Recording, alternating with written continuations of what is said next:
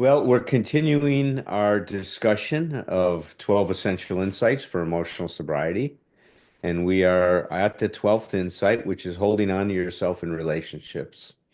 And we've been exploring relationships for many, many weeks now.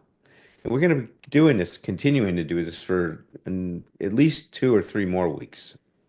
But tonight I wanted to focus on something that I think is real important in terms of understanding this holding on to ourselves is what is the role of self in a relationship? Or another way to say this is the title of tonight's presentation could be Love and the Self.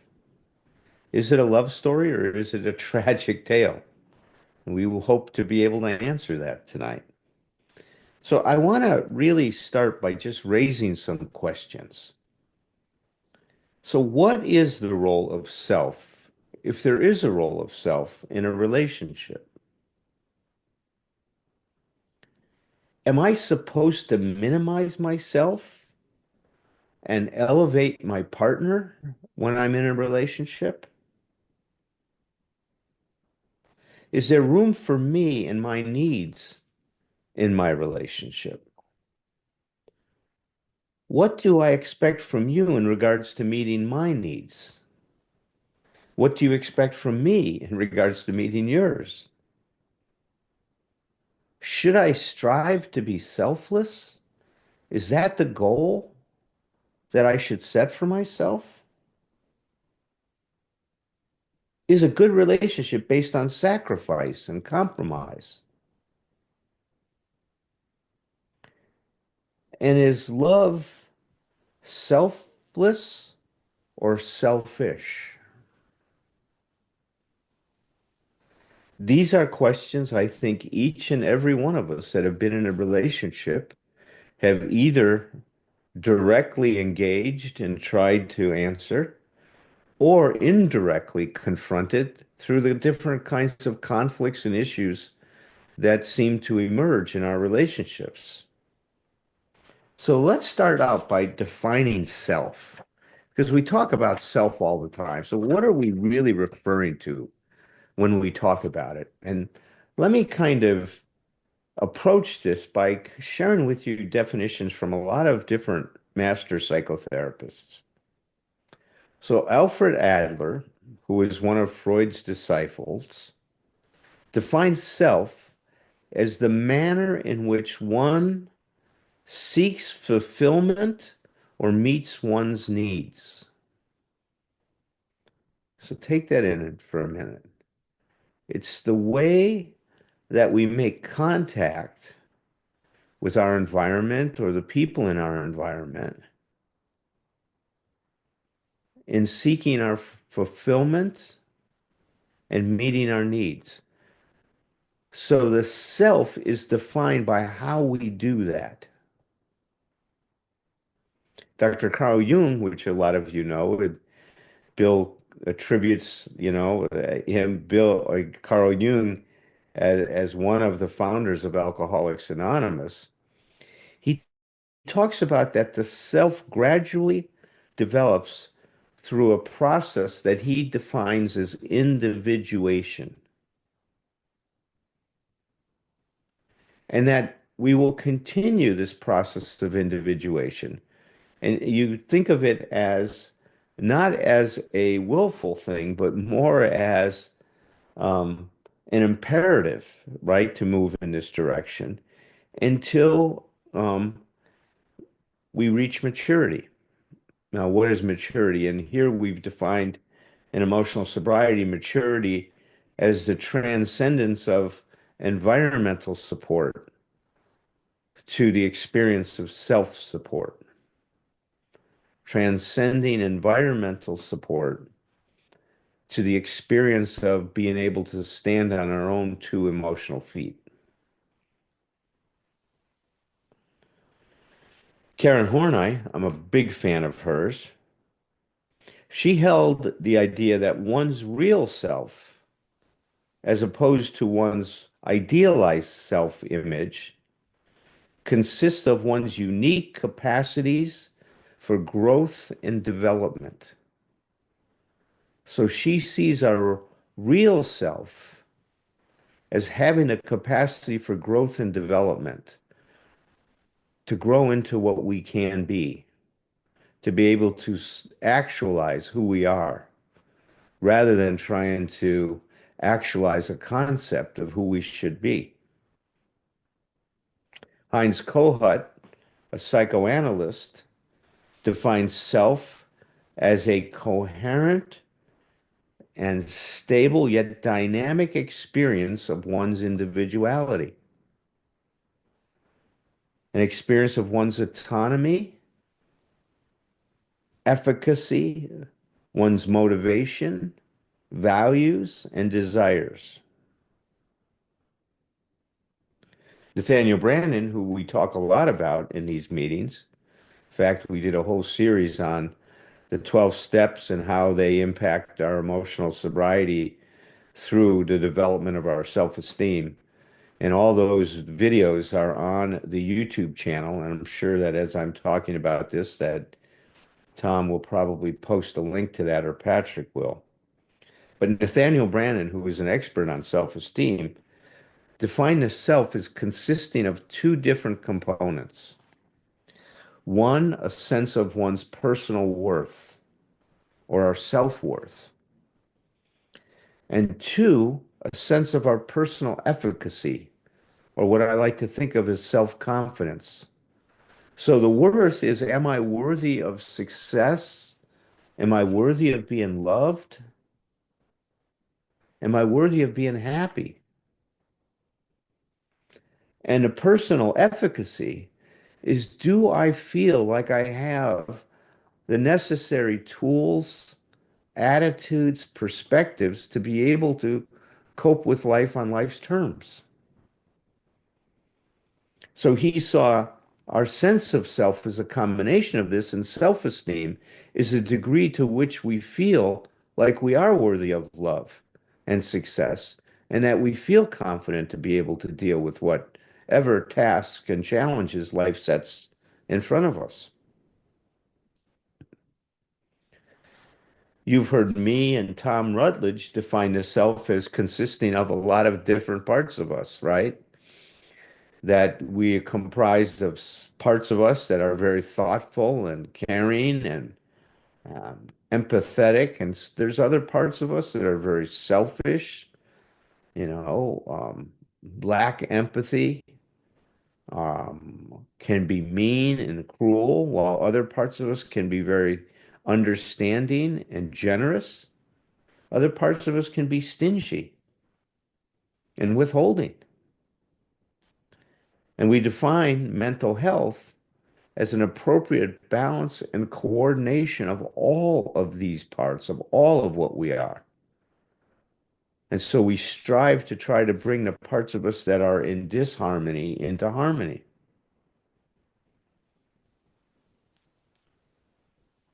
Well, since we're talking about self, let us take a moment to define selfishness. Well, selfishness is a tendency to act excessively or solely in a manner that benefits oneself, especially at the expense and the disadvantage of others.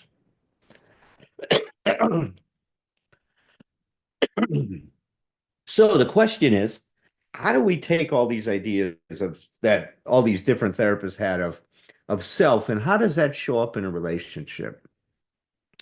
Well, what we are learning about romantic relationships is challenges a lot of myths that have been really perpetuated by a lot of Judeo-Christian ideas, that love is about sacrifice. Love is about giving yourself up and making the other person more important. And what we've seen with that is that that creates a lot of problems. Because the first thing is that true intimacy involves me having an experience with you. That it's when my sense of self comes together and meets and enjoys and encounters who you are. But if you don't have a self or I don't have a self, it's hard for us to have that kind of a connection. So the more I have a sense of myself, the more I can join you without being anxious that I'm going to lose myself. Let me say that again. The more I have a sense of myself, the more I can merge with you and join you and have union with you and connect with you without being afraid I'm going to lose myself or afraid that you're going to abandon me. You see, as soon as anxiety, whether it's engulfment anxiety or abandonment anxiety, starts to show up in our connection, it interferes with our intimacy. Now, instead of staying connected, the anxiety is going to generate a lot of self-protective mechanisms. And I am going to withdraw into my castle and protect myself, just like you are if you're feeling anxious about our connection.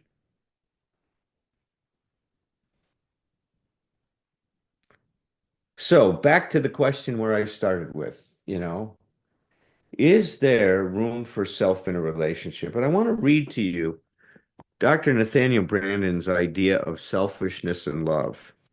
And, unfortunately, he uses the term selfishness.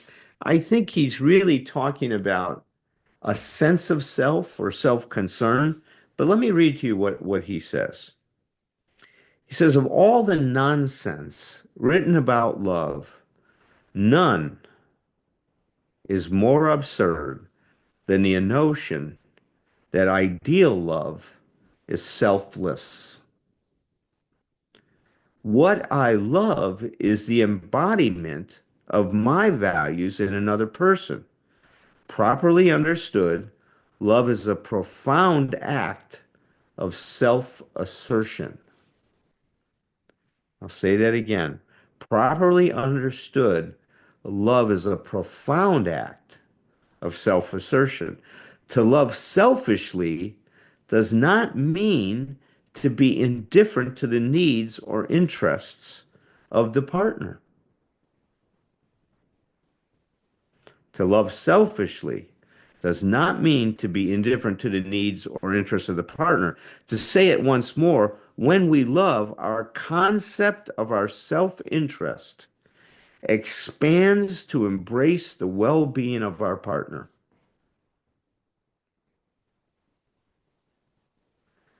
See, there's an expansion that's taking place in this kind of love. And I'll say that, read that again.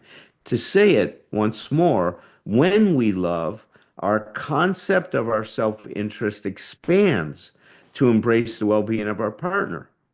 That is the great compliment of love, to declare to another human being that his or her happiness is of selfish importance to ourselves. Now, that doesn't mean that I make myself more important than you. Because in order for you to be happy and for you to be satisfied, there has to be room for you in the relationship, and I need to see you. I'll never forget, I was working with this one couple, and this young man, very successful young man, really, really wanted to please his life, but didn't have much of an idea of what that really meant. And so Christmas was coming around, and he had a very, very successful year in his business, and he wanted to buy his wife a new car.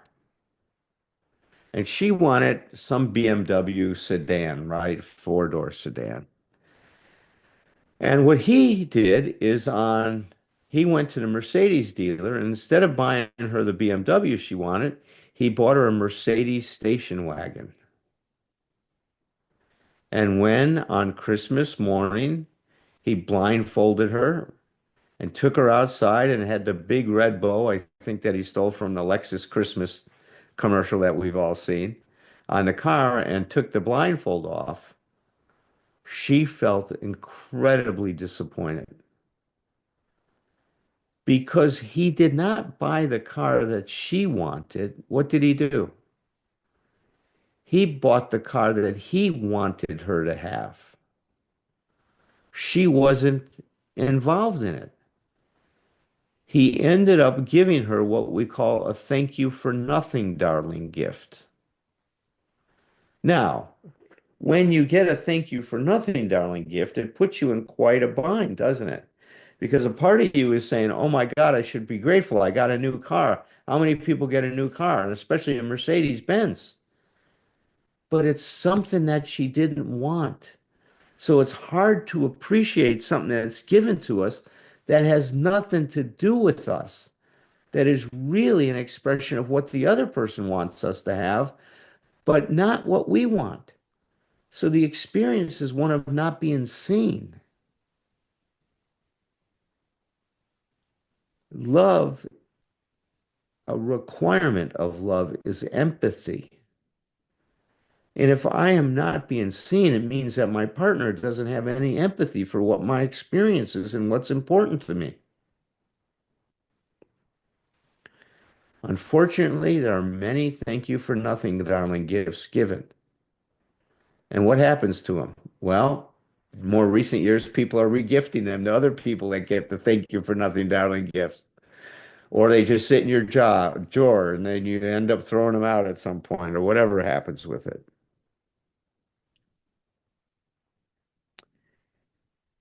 Brandon goes on to say, it would hardly be a compliment to tell a person we love that his or her well-being and happiness are not of interest to us. To love is to see myself in you and to wish to celebrate myself with you. And it's also to see you and to celebrate you. This is hardly unselfish, yet it is the very essence of love. If I accept you and respect you, it is not selfish. It is not selfless. I'll say that again. If I accept and respect you, it is not selfless.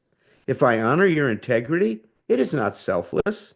If I care about your thoughts and your feelings, if I hold you in my arms, if I stroke and caress your hair, if I love you as I love my own life, it is not selfless.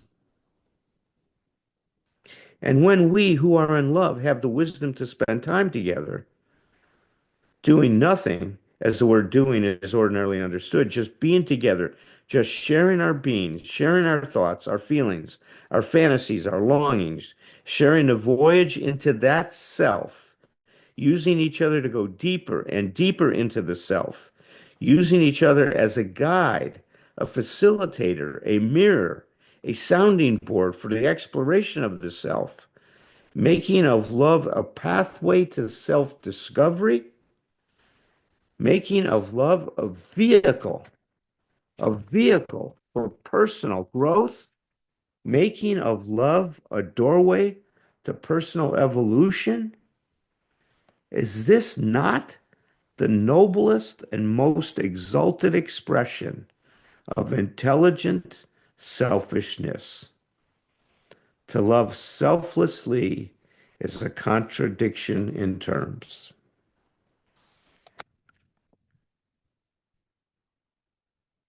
Well, that's quite a different way for us to look at a relationship. And unfortunately, those of us in recovery have really been given the idea that self is a terrible thing because we talk about the ego has to be diminished. And the ego does need to be diminished because the ego makes everything all about me. You see, this is not what he's talking about here. It's not the kind of self that is all about me. It's a self that includes you, that's inclusive, not exclusive, that embraces you, that embraces my concern for you and for your happiness. It does not mean I take responsibility for you. That's fusion, and that gets confused with love all the time. That's not love either.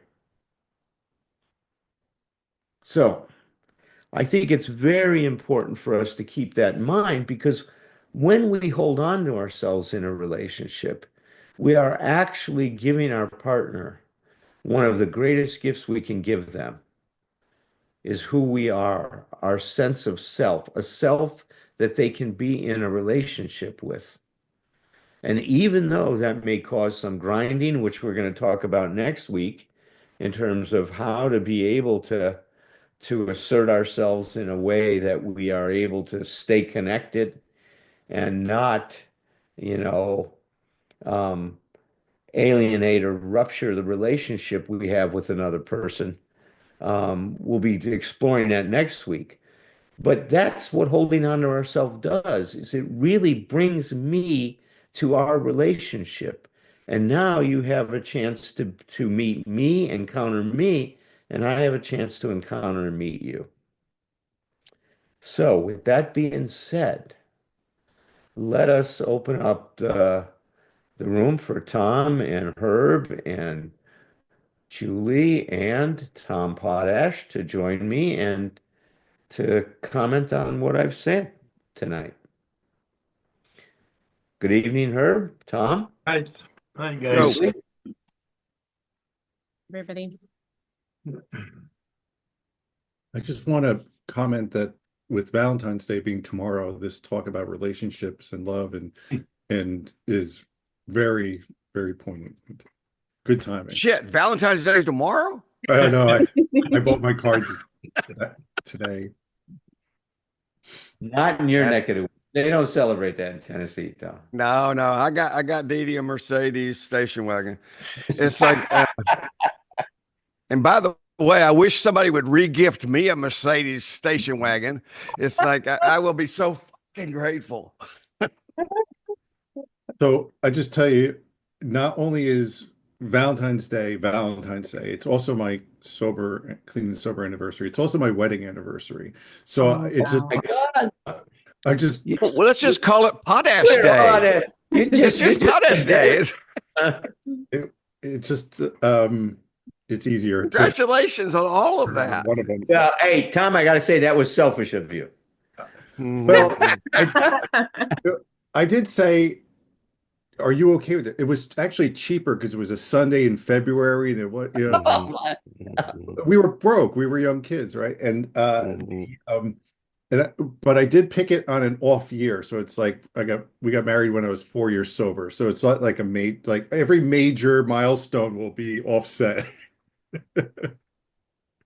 You know the I'm going to go back to the subject and not make it yeah, the word that you used, Alan, is just such a loaded word, the word sacrifice, because it's been given a haloed position in many religions. Unfortunately, then it really demands obedience, subservience, pain and the whole point of you'll get your reward in heaven and or all of that kind of otherworldly conversation. The word actually is a very powerful word. It comes from two Latin words, sacer, which means holy, to make Mm, holy, and facere, which means to make it so. So it really is coming into a context of this is how do I get my human dignity? How can I be the best person I can be? How can I realize the image and likeness of my creator? That's really the connote. No, the actual meaning of the word. But then it got into, well, let's sacrifice a goat or a human being or whatever else, and the pain and the punishment and the discipline of asceticism just really has distorted the whole process of becoming a saint, if you will, or quite frankly, the best human being that you can be. I've never heard it, what you read, Alan. I've never heard the implications of that. I wrote it down. It's so thoughtful. Yeah. Love, self-assertion is our self-interest expands to embrace the well-being of the partner. Well, That's it. It's beautiful. I've heard and I've even said when I felt it in my new relationship, I'm a better person when I'm in the relationship, not just in the presence of, but in the relationship with this person. I want to be a better person. And Yes. and I think that's kind of saying the same thing. Um, Sure is. it sounds self-serving and yet it's just an observation of the I don't know the dynamic of the relationship. So uh, it's I hope everybody is going to challenge themselves with these words of selfish and self-centered and the word you use self-assertion and self-interest because there's a it's a almost like threading a needle in a way in terms of our concepts and the way we use language. Yeah. Yeah. Well said. Well said. You've heard me say many times how in a healthy relationship, there's room for two, right? And for there to be room for two, I need to see you. It's not just to see what I want to see and see what I'm hoping that will be there. And this is back to emotional sobriety is an appropriate and honest relationship to reality. Well, it's also an appropriate and honest relationship to you, is seeing you as you are and seeing what your needs are and appreciating that they may be different. And how do we deal with that difference with respect? Instead of saying, if you love me, you would do this or that. You would do what I want you to do. Yeah. But that's just huge, that word, to deal with difference with respect. And Well that said. requires the communication. The one word I wrote down at the very beginning of our conversation here, your comments, was consciousness. It's really about how to be as conscious as possible about the dynamic in here and the dynamic out there and the dynamic between us. So true. Yep. The word that's kind of jumped out Julia. to me at the Yeah. beginning was anxiety. And how that can get in the way, of real intimacy. And, for a long time, I thought like what you just said, right? If I love you, it means I'll do whatever you want. And if you love me, you'll do whatever I want. Um, and I learned my mother actually taught me this, but it took a long time to click. If you love me, you want me to be happy and healthy, and I want the same thing for you. Right. There Yeah, it and is. love doesn't have to be earned. It's freely given. Freely given. That's the phrase I look. Yeah.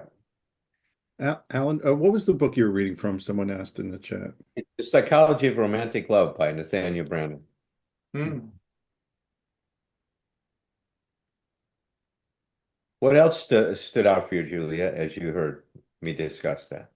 I think the inclusion portion of I can't remember word for word what you said, but like my self-interest includes your well-being, and it's not unselfish because I truly want that, right? Yes. And it's the another sort of balance between like there's us, but there's also still room for a me. Yeah. Right. See, when I'm aware of that my self-interest includes being concerned about you, right? Expands to embrace your well-being and what's important for you. Then I'm able to operate from I will and I won't.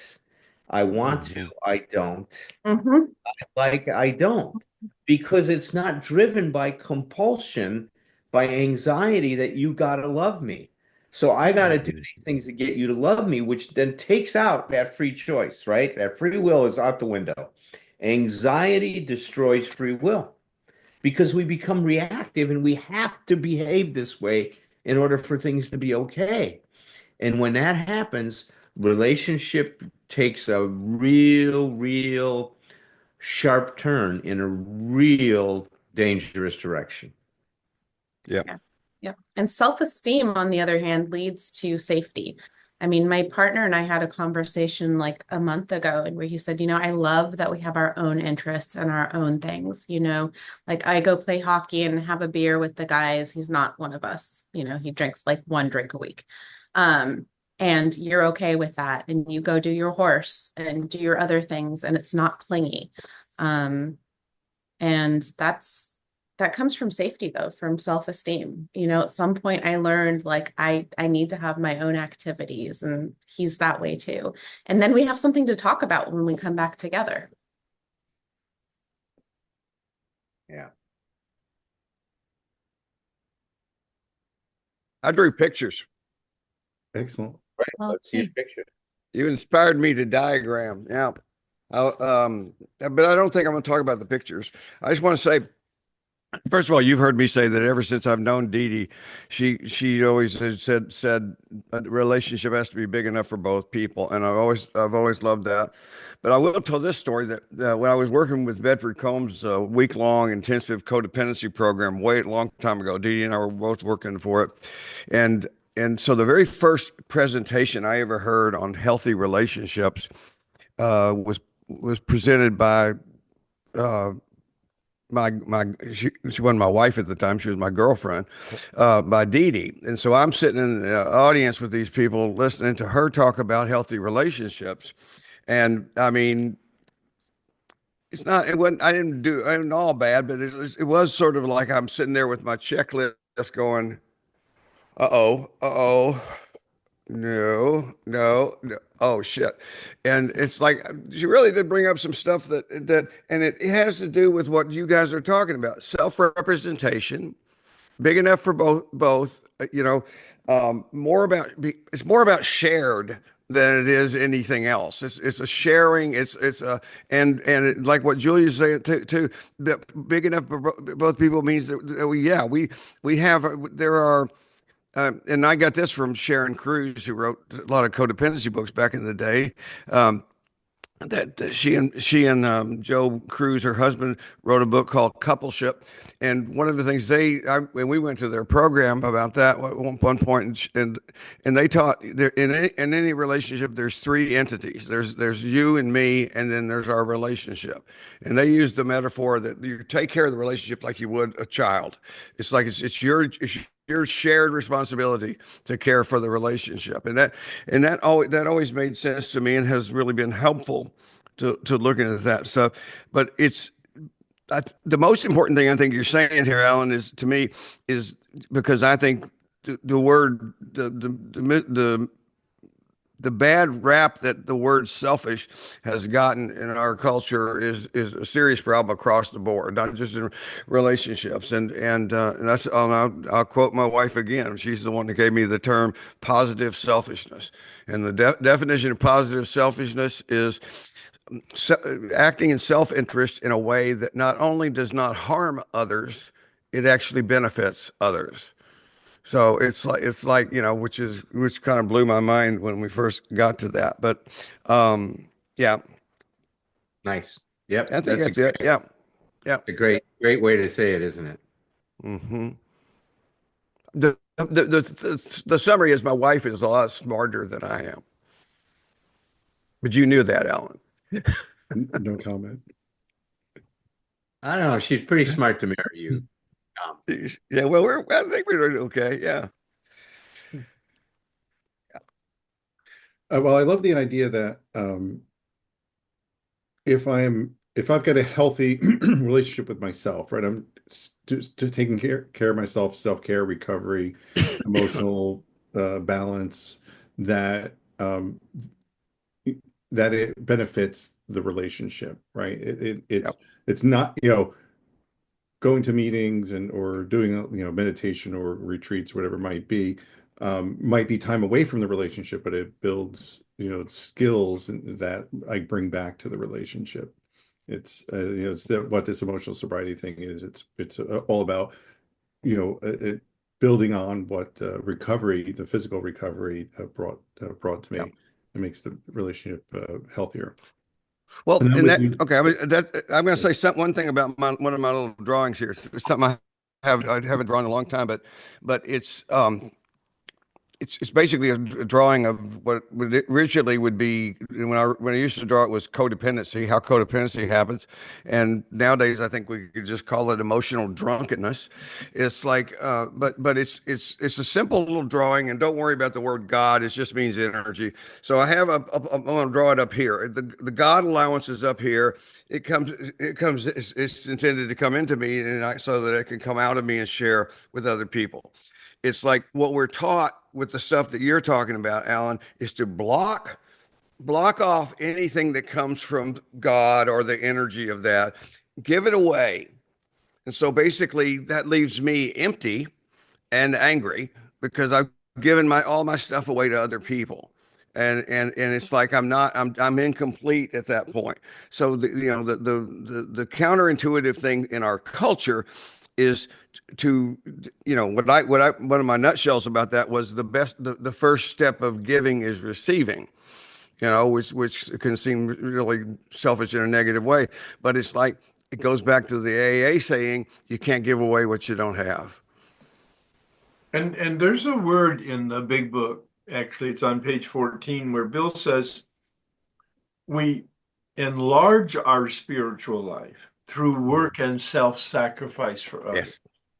We enlarge the Heard it? capacity we have to love when in fact we love. Yeah.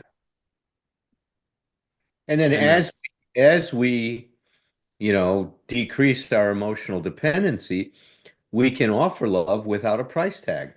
There's no strings attached. Oh, if I do this, you've got to do that. That we start doing things because it's the right thing to do, not because we're going to get something out of it. But Yeah. yet we stay in alignment with someone else. It's a very interesting dynamic. Really is. And it's such an important topic, Herb, because this is really where our emotional sobriety is going to have the greatest impact on our life is how we show up in our relationships, how we make contact, how we deal with our differences, how we struggle with especially when things don't go our way. That's going to tell us a lot about how mature we are, or how much more maturity we need to attain in our life. It really yeah. is. Yeah. All right, Well, Tom, we can open it up for a few shares unless you want to say something else before yeah, I we was just go. gonna say, coming from a household where I don't know if love was even that present, but it was certainly transactional. You know, coming to believe that love is um, an unlimited quantity. Like, it's not something that I need to ration out based on the transactions of, are you doing what I need you to do to make me happy or comfortable, right? That it's something, if I continue to give it, it continually gets replenished.